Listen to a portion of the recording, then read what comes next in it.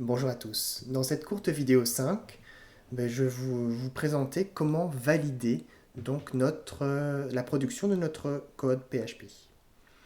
Donc tout d'abord, dans le monde du web, il faut savoir qu'il y a énormément de diversité de technologies. Donc ici en bloc 1, on voit l'HTML, le CSS, on étudie pour l'instant le PHP, on verra également un petit peu Bootstrap dans le projet.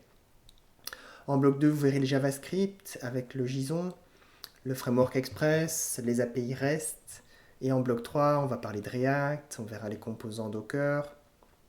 Donc il y a énormément de choses à voir dans le monde du web, dans le monde du développement web. Il y a aussi beaucoup de langues dans le monde actuel.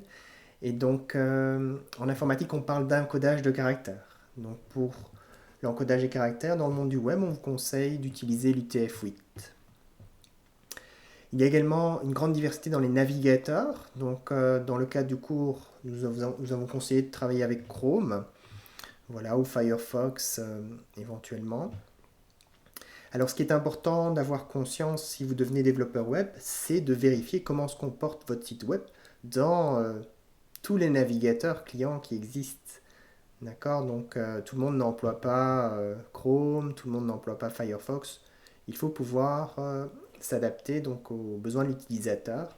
Et donc, les utilisateurs choisissent en fait leur navigateur de préférence. Donc, comment s'assurer finalement que notre code source PHP est bien correctement écrit? Ce qu'il faut donc se remémorer, c'est que la production d'un code source PHP, c'est de l'HTML. C'est une simple page HTML5. Et donc ça peut être validé.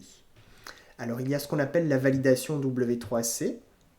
Donc je vous ai mis l'URL direct vers ce site. Voilà, au passage, vous testerez quelques exemples de sites grand public, comme Open Classroom et phpdeveloppé.com. Au passage, ce sont deux sites que nous recommandons pour en savoir plus sur le sujet.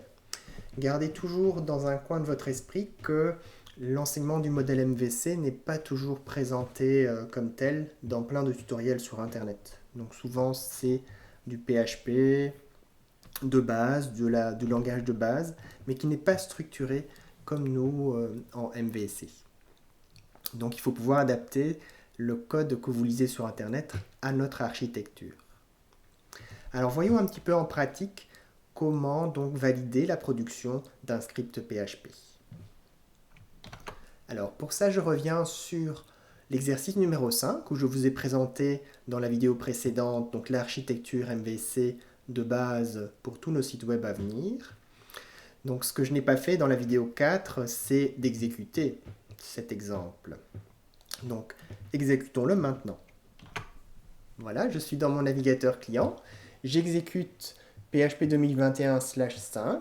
Vous voyez ici, je n'ai pas dû marquer index.php parce que le serveur web est configuré par défaut pour chercher s'il y a un contrôleur maître index.php. Donc que vous le tapiez ou non, ça ne va pas changer l'exécution.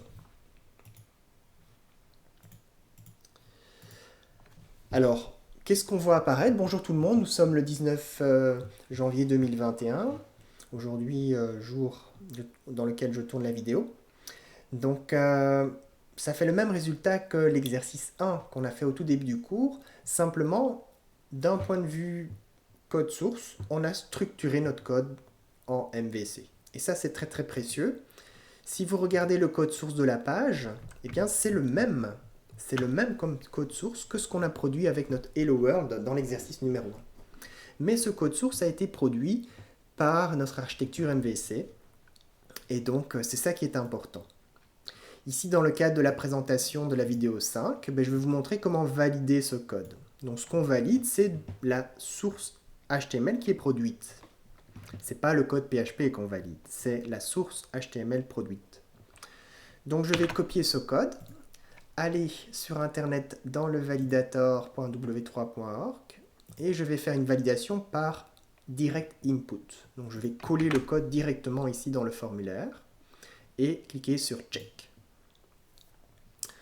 Voilà, donc ici, alors il y a des warnings. Donc un warning n'est pas une erreur qui provoque que que le code ne soit pas bien validé. Mais voilà, on va apprendre des choses ensemble. Donc ici, le validateur me dit que je dois considérer d'ajouter l'attribut langue. Tout à fait. Donc pour préciser la langue de mon document. Alors on va le faire tout de suite. Donc voilà, je retourne dans mon éditeur. Et dans le header, donc dans la vue header.php, c'est là que j'ai la balise HTML. Donc je vais rajouter l'attribut langue et préciser que ma page est en français. Donc langue égale entre guillemets FR. Je sauvegarde et je retourne dans mon navigateur. Me voilà dans mon navigateur, je rafraîchis la page à l'aide de F5 et je fais l'affichage du code source. Ici on voit bien, il y a langue maintenant égale FR et je vais copier ce code source pour le valider à nouveau. Donc je le copie dans Validate by Direct Input, check. Et là, bravo, donc le document a satisfait tous les checks. Il n'y a pas d'erreur ni de warning à montrer. Et donc notre code est valide W3C. Donc il respecte les recommandations du W3C. On a de grandes chances que notre code s'affiche correctement dans la plupart des navigateurs clients.